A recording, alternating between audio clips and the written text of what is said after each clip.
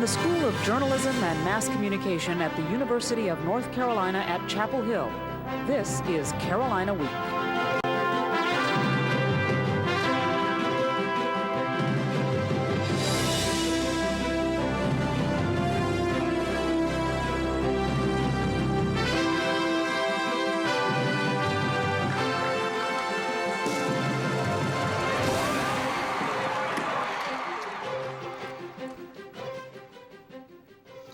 Good evening, and thanks for joining us for the March 21st edition of Carolina Week. I'm Brooke Baldwin. And I'm Bridget Williams. We're proud to be bringing you coverage of Carolina news and events. College students find it easy to get and use credit, sometimes too easy, and plastic abuse leads to battered credit. However, preventing credit ruin might be easier than you think. Kristen Scully pays her bills on time and in full when possible because she doesn't want to end up like one of her friends. He has a lot of problems now whenever he tries to buy or rent an apartment. He can never put his own name on the lease because they don't want the renters to go and look at his credit card history. Credit cards, the cause of many college students' financial woes. Vice President for Wachovia Bank, Bonnie Welburn, says younger customers with bad credit often have something in common. The biggest issue I see, especially with students or with young people, is the responsibility of knowing that I've got this to take care of. Keeping up with monthly bills and statements isn't a worry for Janet Burnell because she prefers an alternative to credit cards. I don't want to have bad credit. So the check card is just the easiest way, and I don't have to be spending money that I know I don't have. Credit card companies are going to great lengths to attract young customers with email advertisements and even platinum card applications. Discover Card, for example, is offering its platinum card to some students, but as one student put it after she reached her Discover Card limit, you discover you can't pay. Anything to do with anything financial you are on top of and keeping it responsible, or it's going to really hinder you in terms of just getting on with your life. But if you decide to use a credit card, there's a way to choose wisely. Look for a card with little or no annual fees, a reasonable credit limit for your budget, low interest rate, and minimal late fees. Still not sure you want a real credit card? Check into other alternatives. Open a bank account in your name, get a check card to use as a credit card substitute, or get a prepaid credit card. All these methods are great ways to establish credit when you keep track of them responsibly. In this week's Speak Out segment, students share their ideas about credit card debt and whether having a credit card is a smart idea. I think that if the student is responsible, has a job, and are working, paying it every month, then I think that it's okay for them to have the credit cards as long as they're paying it each month, keeping a good credit record. Check card I think is a lot better because I know you can check how much you use it on a credit card too, but really you see your money being drained as opposed to money that you eventually will owe. A credit card, you're like, oh, I have all the money in the world, and you don't really realize that you're spending how much you're spending until that bill comes in, and then you're like, oh, crap. For a lot of people, credit cards aren't a good idea because they just spend too much money and they don't have the funds to pay it off. I think check cards are a much better alternative. That's what I use because you are spending the money at the time. You don't really run up a debt. I would say before you actually go out and start applying for credit cards, become aware of the dynamics of the situation, ask around, try to familiarize yourself with interest rates. Our sample of student opinions is in no way scientific and shouldn't be taken as a reflection of widespread opinions on campus. Part of the attraction of attending a university like Carolina is a diversity of classes it has to offer. Now university employees have an extra incentive to take advantage of these classes too. Registration for the first session of summer school begins this weekend, and for the first time, university employees can take classes without paying tuition. The tuition waiver program is currently available for the fall and spring semesters only. The new program will include summer tuition waivers and eliminate application fees. Interested employees should apply at the Friday Center for Continuing Education. Some people feel that the student government president doesn't do much for the university, but Christine Elliott shows us that there is power behind the position. Now that student elections have passed, student body president-elect Justin Young is hard at work transitioning into the job he'll take on April 3rd. Current SBP Brad Matthews says the task isn't easy. You only have a year, and you only have a finite amount of hours and resources that you can devote to getting things accomplished. So once you get into office, you find yourself really having to prioritize among those platform priorities that you made. Young tried to consider what he'd be able to get done in a year. I was careful enough to make sure that, those ideas on my platform were ones that could be done. And if they weren't able to be done, it wouldn't be because I didn't try and work really, really hard to get them to happen that way. Some question whether the office carries the power to get anything done. Matthews says yes. Carolina has a really strong sense of shared governance, and so these committees make recommendations that go to the Board of Trustees that are almost always accepted. And that's where the real power of student government is, and it's overlooked every year. Young has a similar answer for the skeptics. If you don't think the student body president can do anything, just wait, because I'll show you that he can. One idea on Justin's platform is to make a deal with local cab companies for discounted student rates. Justin wants to promote safety even further, and that's on everyone's agenda. Not only can Justin work with campus police, but also his cab discount goal is feasible as well. Manager of Tar Heel Taxi, John Mangum, said he's already considered doing that. Young's other initiatives include better campus safety, lobbying the General Assembly, and helping student groups find money to accomplish their goals. In Chapel Hill, I'm Christine Elliott, Carolina Week. There are actually more than 200 committees on this campus that make decisions, and the student body president has the power to serve on them and appoint representatives to serve in his place. Some UNC students are back from spring break with experience instead of a tan. We'll tell you why these students chose Moscow over Miami when Carolina Week returns.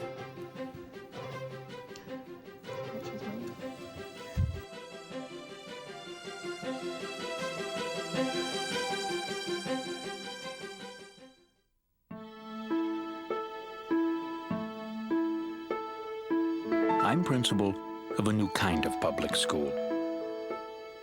It's open up to 15 hours a day, year-round. It has loads of academic, cultural, and recreational activities.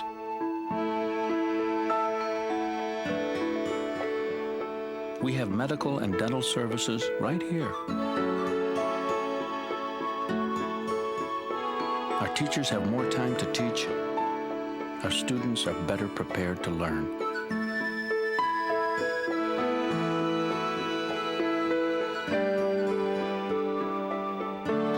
There's just one problem. We can't get the kids to go home. Find out how your public school can be more like this one. Call 1-877-LOVE-TO-LEARN. Recently, Carolina Week looked at a new development fee structure for the town of Chapel Hill and its possible effects on university construction. Some university officials are upset about the charges, and they're not alone. Carolina Week's Courtney Quinn tells us what area developers think about commercial building in Chapel Hill. The town of Chapel Hill raised development fees by an average of 400% in July. The decision has left many developers looking to take their business outside of Chapel Hill. It has also left developers with questions about whether the fees are justified. Johnny Morris says he doesn't spend much time evaluating the fees. He usually just writes the checks. But when he looked at what a new project of his could cost under the new fee schedule, he was shocked. How about that? $261,000.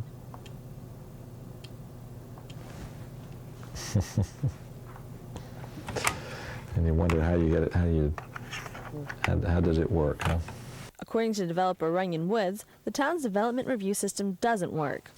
If you've got to charge this much money to cover your cost to review, then what's happened is your review process has gotten completely out of control. Woods says the real problem isn't the fees. Why are the fees so damn high to begin with? But the abundance of staff members involved in reviewing building plans. In order to get plans approved in Chapel Hill, developers must present them to numerous departments. Every one of those departments reviews it, and you get back the most obscure and uneducated and relatively ignorant comments. I think this is citizen input and interdepartmental input run amok.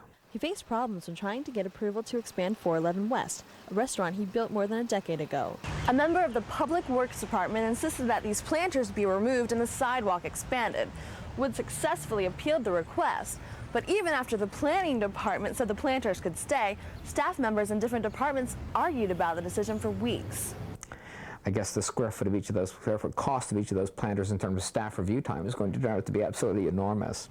Problems like this have caused Woods to limit his construction in Chapel Hill, and his company isn't the only one. We're looking outside the market too. I mean, you just can't. It's too time-consuming, too expensive, too much risk. Town officials say they want to limit development in Chapel Hill. Local builders say the new fields will certainly have that effect on their projects. In Chapel Hill, I'm Courtney Quinn, Carolina Week.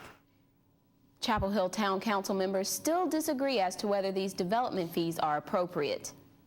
Today, most students couldn't imagine UNC-Chapel Hill closing its doors, but 126 years ago, it was shut down for 4 years.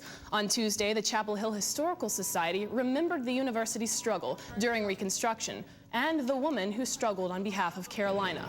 In a reenactment, Ann Cates played Cornelia Phillips Spencer, who helped get the university reopened. As Spencer did long ago, Cates rang South Building's bell to symbolize the university's freedom. Chancellor James Measer also took time to remember the university's roots. Cates says the past is still important today. So it's very important for us to all protect and be sure that nothing like this ever happens where we're closed down again, but to go forward and getting bigger and better all along. Kate says the tradition is meaningful for her as well as many Chapel Hill residents. Construction continues to inconvenience many South Campus residents here at UNC-Chapel Hill. Now some students have decided to go straight to the administration for answers to their questions. The co-presidents of a group called the South Campus Resident Alliance recently sent a letter to university officials to detail a list of grievances. The letter requests that South Campus residents receive compensation for the hardships caused by construction and that those residents get their first priority for housing next semester. University housing officials say that that neither of those options is feasible at this time. And SCRA co-president Max Gustashaw says he understands that big changes can't take place overnight. But he says the letter has already accomplished its main purpose to create awareness of the problems and to get people talking. We're hoping to establish dialogue between students, all students, and administrators, and to keep students' lives comfortable, but not, at least in a realistic way, but not without some help from the students themselves. SCRA representatives expect to meet with University Housing Director Christopher Payne later this week to discuss the grievances and possible solutions. 9 UNC-Chapel Hill journalism students left their bathing suits and sunscreen at home and braved the snow this spring break. The university sent the students to Russia as part of a broad partnership with the Moscow State Institute for International Relations. The students stayed in dorms, attended lectures, and visited media outlets. But the trip wasn't all about business. Students saw many famous historic sites in Moscow and got to hang out with their new Russian friends. Junior Brian Bedsworth is worn out after the whirlwind tour, but he says he's happy to have had the opportunity.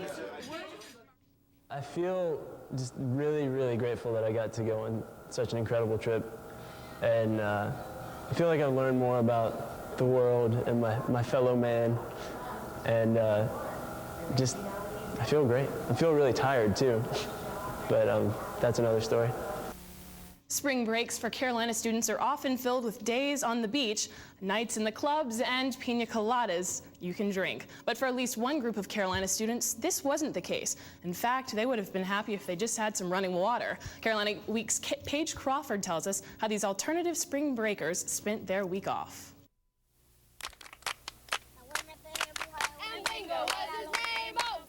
UNC senior Meredith Singletary has done the traditional MTV spring break beach scene before. She and some of her friends decided that this year they wanted to do something a little more fulfilling. I really like kids, and when I got an email about it, that sounded something really interesting, so I checked into it and decided that it was definitely what I wanted to do for my last spring break. Meredith and 20 other Carolina students who went on the trip heard about it through a mass email sent out by Orphanage Outreach, a Phoenix-based organization that sends groups of volunteers to orphanages in the Dominican Republic. The Buen Samaritano Orphanage here in Esperanza houses 20 boys between the ages of 4 and 19 and also serves as the town school.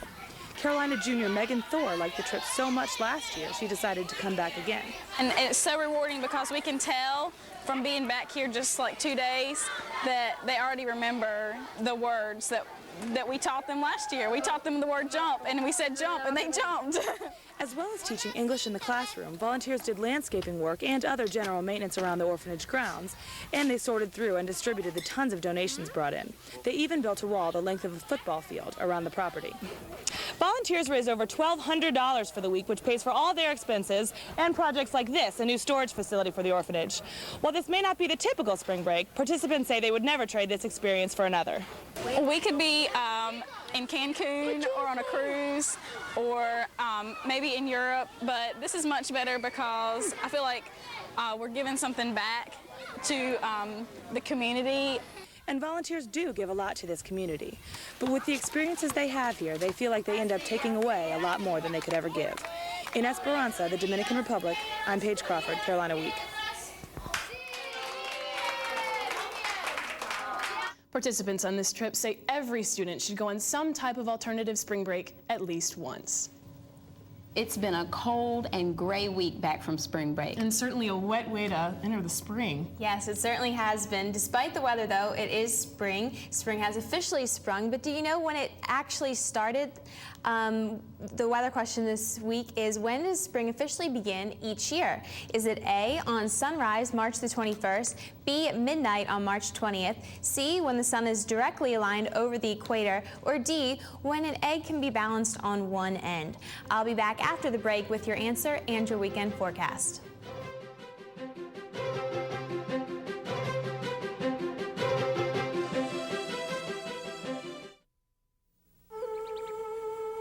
I can listen. I can cook. Good.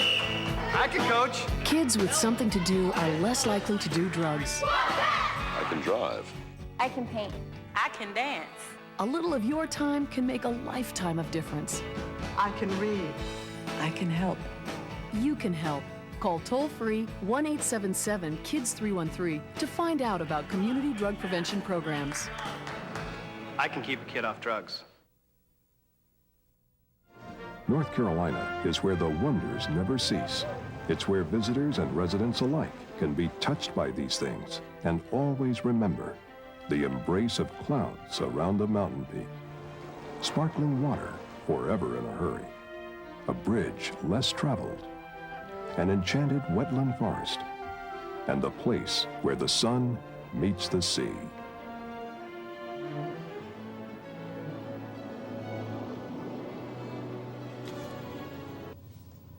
Hi, and welcome back to Carolina Week. Well, we were talking before about the unspring-like weather outside. Now let's take a look and see what Carolina is doing around these dreary conditions. You can take a look down to Franklin Street and see some drizzle persisting through the afternoon, and it certainly is a gray and dreary sky, as not too many people really want to venture out into these conditions. But there is good news on the way. Your weekend does look better. But first, let's take a look at the spring outlook. Now, each year, the National Weather Service puts out an extended forecast, which entails the next few months. Now, this isn't a day-by-day forecast, so don't assume that every day is going to be dry and warmer, although that would be nice. So the National Weather Service did predict drier conditions for this spring and above average temperatures. Now, that sounds good for us, but it does pose some environmental hazards, such as an increased risk of wildfires and a decreased water supply. So we'll keep our eye on that as we head into more spring-like conditions this weekend and hopefully in the coming weeks. So let's take a look at what's producing our weather right now. And you can see a big band of precipitation which is pushing off the coast as we head into the weekend. All the precipitation should be off of the Carolina beaches by Thursday night and into Friday, so things are definitely looking up for the weekend ahead. Now you can see a trough out here in Texas. This might be our only other weather producer throughout the weekend, maybe sparking a shower or even a thunderstorm on Saturday. Now let's take a look at the Carolina Week 4-day forecast, and you can see on Friday mostly sunny skies, highs in the 60s. This looks like your best day out of the weekend, as showers may move in on Saturday with a high of still 62. Now things cool down as cool air moves in behind that trough on Sunday and Monday with highs just in the 50s. If you're heading out to the beach this weekend, things look pretty good out there, at least for Sunday. Now Saturday won't be a complete washout, a high of 66 still, and on Sunday things do cool down a little bit, but still in the 50s, so not bad at all. Now, if you're headed out to the mountains this weekend too, high 53 on Saturday, high 56 on Sunday, and most precipitation should be out of the way by the time we do hit the weekend out there. They'll probably get most of it on Friday. So definitely more spring-like conditions on the way. Okay, well, and things are looking up. And the first day of spring, wasn't it midnight, March 20th? No, a lot of people do think so, but actually this year in the Raleigh area, we started spring Tuesday morning around 8:50, and that's when the sun is directly aligned above the equator. Despite the drizzle, yeah, dreariness. Sure didn't feel like spring. It officially began, not weather-wise. We'll be hoping to look up for the weather. Thanks, Callie. Now, Devin Bigness is here with us with sports. Devin, that was a depressing loss for us, our Heels. It was hard for us seniors to watch our last game as students and lose. It was certainly hard for seniors Brendan Haywood and Max Owens, who played in their final game in the Carolina blue and white, and maybe 2 other key players from this team. But more about that in a minute. Going to break, the 16th-ranked women's tennis team takes on the 15th-ranked Volunteers from Tennessee. The Heels win the double point and look to improve to 10-2.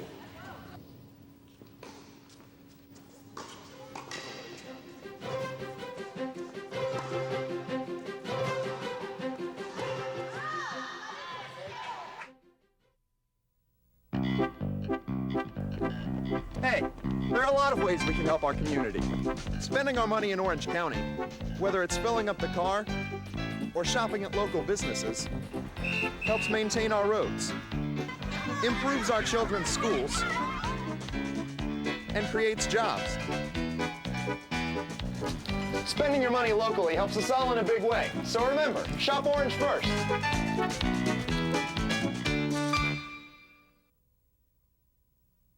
10, 9, 8, 7, 6, 5, 4, 3. We have ignition. We have liftoff. Join the next mission aboard the Moorhead Planetarium. For more information on Sky Rambles, call 549-6863. Welcome back to Carolina Week. What a difference a month makes. On February 18th, the Heels men's basketball team was on a hot streak and ranked #1 in the country. As of March 18th, the Heels were eliminated in the second round of the NCAA tournament. The Heels lost to Penn State 82-74, and it was the 5th consecutive Sunday the Heels fell to an opponent. In the first game of the tournament, the Heels tamed the Princeton Tigers 70-48 in the New Orleans Superdome. But overall, it was a tale of 2 seasons. One season, the Heels won 18 games in a row and were the top team in the country. The second season, however, the Heels went 5-5, losing to Duke twice, including an ACC championship game beatdown.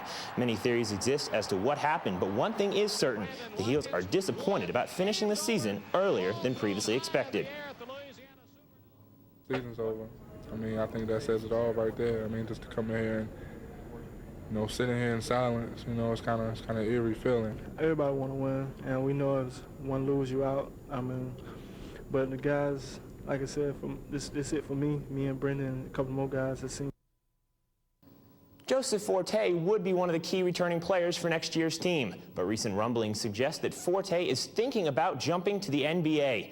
Now, I'm not one to deny a young man potentially millions of dollars, but from a basketball perspective, Joseph Forte, a potential NCAA Player of the Year award, would mean even more money later on in the NBA for you. Plus, another year in college would help you get stronger and learn how to dominate a game. Joseph, your money will still be there, and if you come back for at least another year, your draft stock will improve. Do you really want your last game in the Carolina Blue to be a 3-for-13 shooting performance and elimination in the second round of the NCAA tournament? So Joseph, come back and get closer to the 2 things you wanted out of college: a degree and a national championship ring. Carolina students have a lot to say and get off their chests following Sunday's loss to Penn State early in the NCAA tournament.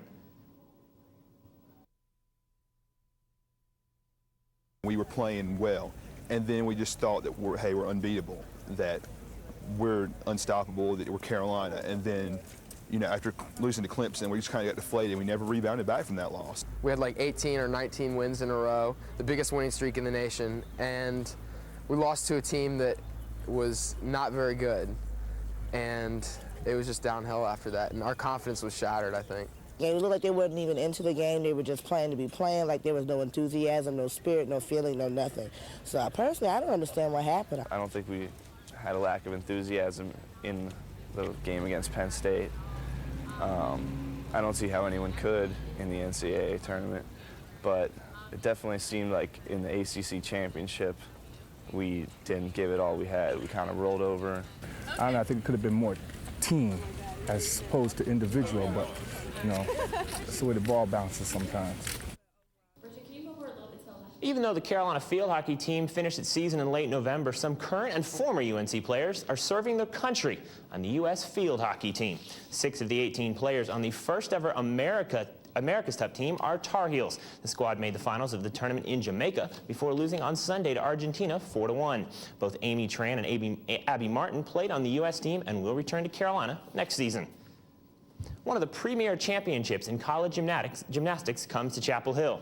The East Atlantic Gymnastics League Championship will be held this Saturday at 6 p.m. at the Dean Dome. Maryland, NC State, and Carolina are just 3 of the schools in the 8-member league. Well, now that basketball is finished up, a lot of media attention shifts to the spring sports like baseball and softball. Well, we'll have to get into those now. Be looking forward to the spring sports. Thanks, Devin. Every day is a Tar Heel Day in North Carolina. And now at least one day of the week is a Tar Heel Day in the nation's capital. We'll explain when Carolina Week continues.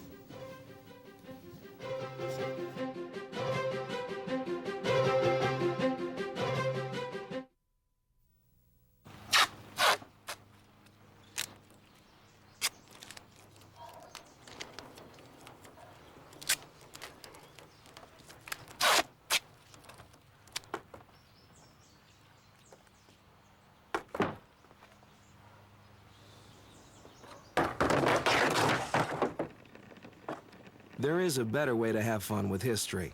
Visit americaslibrary.gov. Log on, play around, learn something. One day these rats were playing in the woods. Wanted some matches and that's no good. Ow! Don't play with matches. Don't play with fire. Fire. Sort of gorgeous force is what you decide. Don't play with matches. Don't play with fire. Only you can prevent forest fires. Fire!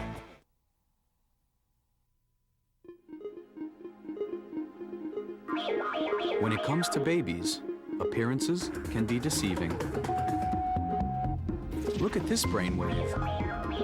Very active. And this one, not doing much. You make the difference by reading, singing, and talking from birth. Studies prove it. An early start. Now that's smart. Our hometown Senator John Edwards is striving to be the most accessible representative on Capitol Hill. To achieve his goal, Edwards has created Tar Heel Thursday. This is an open forum for any North Carolinian visiting Washington, D.C. The weekly forum allows citizens to ask questions, voice concerns, and make comments about issues that are affecting them in a very relaxed and open environment. During the most recent Tar Heel Thursday, various state residents asked about violence in schools, health care, and the possibility of a state lottery. You don't need reservations to attend the forum, which is held in the Dirksen building across from the Capitol in Washington, D.C.